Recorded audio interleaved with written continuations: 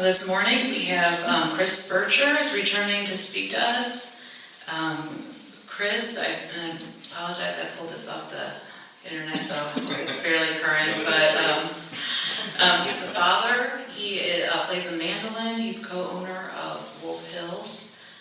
He earned a doctorate in biology and stream ecology, but retired from academia to be a stay-at-home dad when his kids were young. Looking forward to this. Hey. Actually, I'm going to set my timer up because I have a tendency to talk a lot. As usual, it's my esteemed pleasure to be here. I just love this group. I grew up not going to church, as many of you know, and I've never felt comfortable in any kind of thing that's related to that. And when I come in here, I just feel like it's okay to be me, and I appreciate it. I'm not a co-owner of Wolf Hills anymore, and although I had young kids, and they're all mostly grown now, I also have a 6-year-old. So, I don't know how old that was, but some things have changed. It's funny to hear.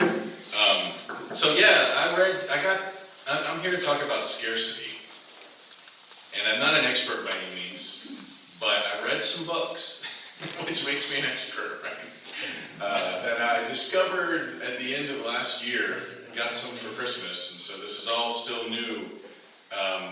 But the author's name is William Offals, and I apologize for the parts of this that are redundant for people who have heard it, but it amazes me that what's happened in the last 50 years, and William Offals wrote his first book 51 years ago now, but he was counting. But things like, well, what blows my mind is things like the Clean Air Act, the Clean Water Act, and the Endangered Species Act, which are important to the ecological sciences or people that care about their environment, were all basically written in the Nixon administration. That's like Trump writing these things, right? Which just doesn't make any sense to me, but it all happened 50 years ago. So there was so much going on then, and I do this every day almost, where I'm like, wow, we did so much in 1972. And then I go, but nothing's changed. and so what Offals' book did for me was sort of, he wrote the treatise. To me, this book, which is called Ecology and the Politics of Scarcity, and the several books that followed from that, put everything together. They put all of these things together, maybe less so civil rights, but it's in there sort of underneath everything. And then to think about sort of what hasn't happened. And last time I talked about the book, I was more just inspired by having my mind being blown that, somebody was so eloquent to know this and to write about it so long ago, seemingly. But I didn't do a very good job of talking about what the book was about. And so hopefully I'll shed a little bit of light on that. And basically that is the concept of scarcity. And I'll preface this first with the definition of ecology that I use, for those of you that don't really know. And that is the study of, right, because it's an ology, but it's not really about it being a study of, it's more of the awareness of biological organisms and their interactions with their biological and non-biological environment, right? I mean, I heard this, again, more eloquently than I can say, somebody talking about how physicists believe that they are sort of the top of all of the sciences, but in truth it is the ecologists, and I'm not just saying that because I used to be one, I quit, so what does that tell you? But it really does consider everything, right? Think about that. It's basically saying it's the study of everything that's biological and everything that's non-biological, but more importantly, the interactions of all this stuff.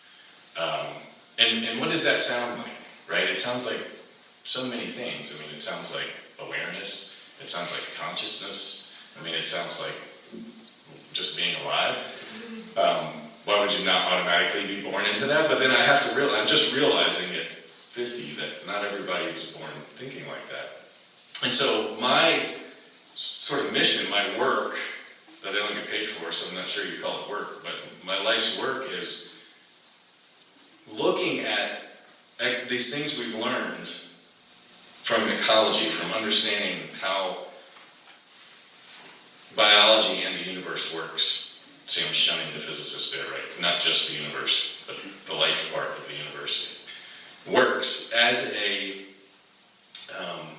the God that was never present in my life, right? As a reference, like, should I take this new job? Well, what happens in nature, right? And the big example of that is change. You know, if you look at DNA and life, DNA sort of driving life, the undeniable underlying principle of that is that, the environment changes. If we keep making the same thing over and over again, eventually we're going to have a bunch of babies born into an environment that they don't work in, and they're going to die. So the brilliance and the beauty of DNA and life, to me, is that it created, or whatever, it evolved, however you want to look at it. There's this machinery that says, let's make things a little bit different all the time. And that way, if things change, because they're gonna, right? Maybe for the first few million years they didn't change, but they sure do now. Things are gonna be able to adapt, acclimate, adjust to those changes, right? So that's a fundamental. To me, that's like the first law of thermodynamics or whatever, right? Things are gonna change. But what do you see around you every day? Resistance to that change. And so to me, that's like right off the bat, I'm like, all right, what's wrong? You know, and I hope that this little bit of information about scarcity gets at that. So I have a few definitions besides the ecology one. And the first is scarcity. And what a lot of people think of when they think about scarcity is it's rare, right? And that is one of the definitions. Let me preface this with something that blew my mind that you may never have thought of, but a dictionary is not a set of what words mean. It's a set of what we think the words mean. And it actually, say it with me now, changes as our opinions about words change. When I heard that, I was just like, what? And so that is one definition, that things are rare. But the one that works for this purpose, because in ecology, things are rare, but that's okay. Like, if you think about birders, what do birders do with their lives? They look for the birds that are really rare, right? You go, oh, that's a robin, I'm bored. You know, people in Japan keep robins in cages, you know, like we do parakeets, right? But to birders, they're boring because they're not rare enough. And so you spend your life looking for these things that are more rare. So that's acceptable, but it's not important. So the definition I like is insufficient for demand. And that's really what's going to get here. So insufficient, that's not good. Demand, what we want. Which leads me to another one of my sort of soapbox words, and that's competition. And my juxtaposition for competition is capitalism, which builds in competition as a necessary part, an integral part of that system that regulates, or, you know, what's it supposed to do? It's supposed to prevent monopolies, right? How's that working out? But in ecology, competition is interesting. This is another thing that blew my mind, because I learned this in school, is that competition only exists when resources are scarce. And then there's the scarcity, right? So if there's plenty of habitat or oxygen or food to go around, there is no competition. And when competition does occur in nature, say there's, let's use Darwin's finches as an example, say there's not enough of this certain type of seed that these birds have evolved to eat to go around, and it starts to become scarce. Do the birds get the boxing gloves out? This is the model that we think of. You know, the model that we think of is the silverback gorilla comes in and beats up on all the little other boy gorillas and eats all the food. You know, that's what we think happens. But that's not what Darwin showed us. What he showed us is that when resources are scarce, we make decisions to do something else. You know, we figure it out, right? And the way we figure it out, is speciation. We go, I don't know, you know, my beak is a little bit smaller than your beak. Maybe I can eat the seeds off of this tree over here that nobody seems to care about. You go and do that for a few days, and you meet the opposite gender bird that has similar qualities, and you have little bird babies, and they have slightly smaller beaks, and that's speciation. And so when somebody, I hate to keep going off on tangents, but the thing I missed on my dissertation exam when I left, like when they're getting ready to give me the degree, they give me this exam. And one of the questions they asked me is, why is biodiversity important? And I was just like, because animals are cool. I mean, I really didn't have an answer. I felt like an idiot. And my whole committee was just like, I mean, it's literally, I'm walking out of there going, well, there goes that. I'm not going to get a degree because I didn't have an answer. And what I just said is why it's important, because the more things they are, all the species that we see are artifacts of these decisions that weren't competition, they weren't competitive. And one could argue that they're cooperative, but I'm not really sure that's the right word. It's just more like whatever intelligent design or creation, whatever, that's just the way it happened, is that we can make decisions to do other things. And so, I mean, right there sets up the stage for my scarcity argument, is, you can't have competition in a healthy, functional, biological world, yet we live in a world where that is a fundamental tenet of how we run other aspects of our lives. And that's why Awful's book is so good. It's not the ecology of scarcity, it's ecology and the politics of scarcity, because you can't, remove that as much as I would like to from the equation. Okay, so let me move on a little quicker. And then the next thing that happened that I didn't know about in the 50s, because I knew about the Clean Air Act and Clean Water Act and the existence of the EPA and all these things that happened 50 years ago that were, and the civil rights movement and all the other things that happened in that magical period of time that many of you lived through, that I was born into, was a book called The Limits to Growth. And as polarizing as American politics are and have been for the last 10 years, this book, which I've had to dig up sort of the history and the opinions about it, couldn't be more polarizing. It's probably potentially more polarizing than politics. And it was written by a woman who's passed away, and didn't even finish the book, I think. So there's 3 co-authors that sort of took her life's work and published it. And it basically says another tenet of capitalism that requires infinite growth, which is kind of the flip side of scarcity. I can't really make that argument, but hopefully you're with me on that. Is impossible. It doesn't, and again, if we refer to nature and we go, hey, I got this new thing, it's called capitalism, and it requires everything to grow infinitely, how does that jive with you? Nature would go, yeah, that doesn't work. Because where in nature have you ever seen infinite growth? And I can only tell you one part, and it's cancer. So what does that tell you about growth as a concept? And can we believe in a system that says, yeah, we can do this? And this book basically says, you can't do this. You can't, there are limits to growth, right? And a lot of people went, no.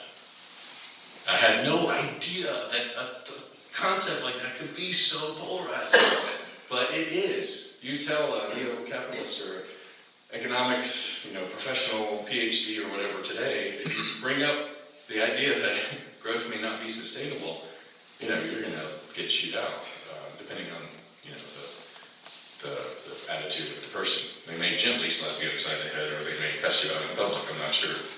And it's interesting to me that, and I don't know about this. I don't know about politics. So I can't really get at that part of Awful's book.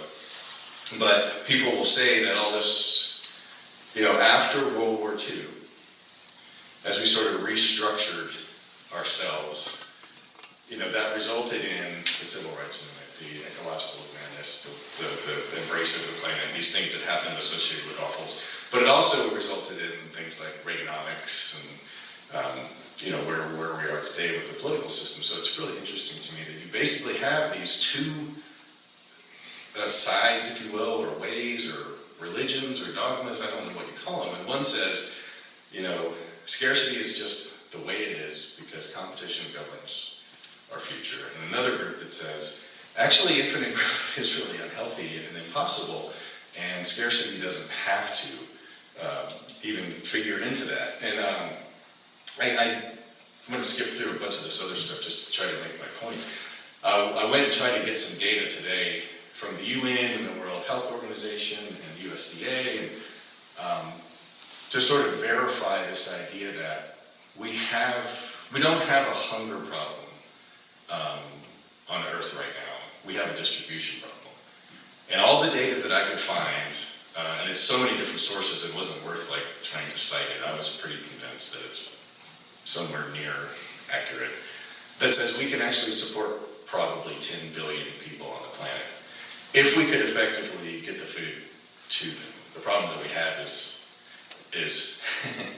dare I say, scarcity. And hopefully I can make the point real quick and then we can talk about it. Like competition in those species I talked about, where you don't have competition until resources are limiting, you also don't have scarcity. This is my argument, and this is what I got from offals. You don't have scarcity until you, for lack of a better term, have a hoard, right? If you look at nature, there's basically enough to go around. There isn't scarcity in nature. I think if you look at it, and you know, all the history we have and all the records that we have and all the scientists we have that study this, I don't think you'll find it. And I think it's because of these relationships that animals have learned to have together has sort of not selected for that, if you believe in, I mean, to me, natural selection sort of governs all of this. You may not believe in that. So that it doesn't really happen. And when it does happen, it's quickly sort of like, it's the last option. Like, nobody wants that. Everybody sort of wants it. I'm not saying that species go around trying to share, you know, oh, you want some of my grapes? I know that's not the way it is. But it isn't the way that we paint it with the silverback gorilla or the dominant male or whatever, sort of competing and violently pushing, you know, making things up. That's not how it works. It just isn't. There's not very little. We're good at cherry picking the examples, right? We sort of want, think about it, a patriarchal male-dominated culture wants this silverback gorilla thing to be the truth. And it is in some small groups, but it's not the theme. And so if scarcity doesn't exist in nature and causes so much suffering, presumably, and I'm just using the hunger as an example, think about universal basic income, or I mean, all of the other social justice issues that I can think of basically come down to one person hoarding all the whatever, whether that's housing or power or money or access or opportunity or whatever. That's the problem. And that's what I got out of Offal's book, is that scarcity isn't even a real thing. It's a made-up artifact of a made-up system, be that politics or be that capitalism or whatever flavor of that we sort of arrive at. And not blaming anybody, and I'm trying not to be cynical like we were just talking about. But there's another way, and probably, this is the closer, probably, another thing people are really horrible about is numbers. We were talking about this the other day. If you were going to count to 1 billion, just think about how long that would take. So if I said I was going to count to 1 billion, let's count to 1 billion, right? And we're going to count every second. We're going to count 1, 2, 3. Do you know how long it would take to get to 1 billion? If you didn't sleep, if you didn't eat, if you did it forever, 2,133 years, which I think somebody dumbed down to like 31 average lifetimes. So that's a really big number, right? And my point is, we're really bad at really big numbers. And so we think about our history as being maybe, like 50 years, you know? We know things happened and there were like Romans with no underwear riding chariots around, and there were dinosaurs or whatever. We know these things happened, but we really don't have any capacity to go, they happened this long ago or whatever. And so I say that just to make the point that humans have been around 200 to 300,000 years, and that's just Homo sapiens. If you think about all the other hominids, you're probably looking at like 1 million, maybe 2 million years of sort of like non-monkey, human-like animals. And we're talking about, at best, 5,000 years of that. So what's that, like maybe 2% of our existence? And I say that just to make the point that all we have to do is remember the way that we used to do it. We don't have to recreate the wheel. And for me, what I got, again, out of Offal's book, and I encourage any of you to read it, you can get it used on Amazon reasonably, but I think it might be out of print. is that all of these problems are in fact solvable. And they're fairly limited number of things that are actually quote unquote sort of wrong, that we're not doing well as humans. And that is, it's up to smarter people than me to sort of tell you how to do that, but the only thing I can sort of offer is it comes down to leadership and values. And it doesn't seem like it would be that hard of a problem to solve to me. And then the last thing, I guess, maybe, let's see. I don't know if this is meaningful, but this all leads me back to this idea of universal global values. And I don't know if that's even a thing, but I like to think like part of our problem is that we're so divided and we have so many types of people and so many cultures and so many religions, and all those have with them these different values, and we focus more on separating them. They say in taxonomy there's either lumpers or splitters. So when the first people sat down and went, is this a rat or a dog? You had people that went, well, they're similar, they all have 4 legs, so they're the same. And then you had other people that went, no, that one's got a long tail, that one's got a short tail, they're different things. So people either lump things together or split things apart. And we just need to start, I think if we focused on lumping us together, we could probably come up with this idea of a global value systems. And unfortunately or fortunately or not, this always leads me back to my understanding of like a secular Buddhism. And I wrote this down, so I'll read it. On the subject of impermanence, which I think is related to scarcity. Being afraid of scarcity, rather than embracing it, leads to suffering. But all things are impermanent, and this is a form of scarcity, is it not? So, in as much as I say it doesn't exist, it does exist. It's just up to us to decide whether it's out there or not. Anyway, the funnest part is hearing you guys' thoughts on this subject.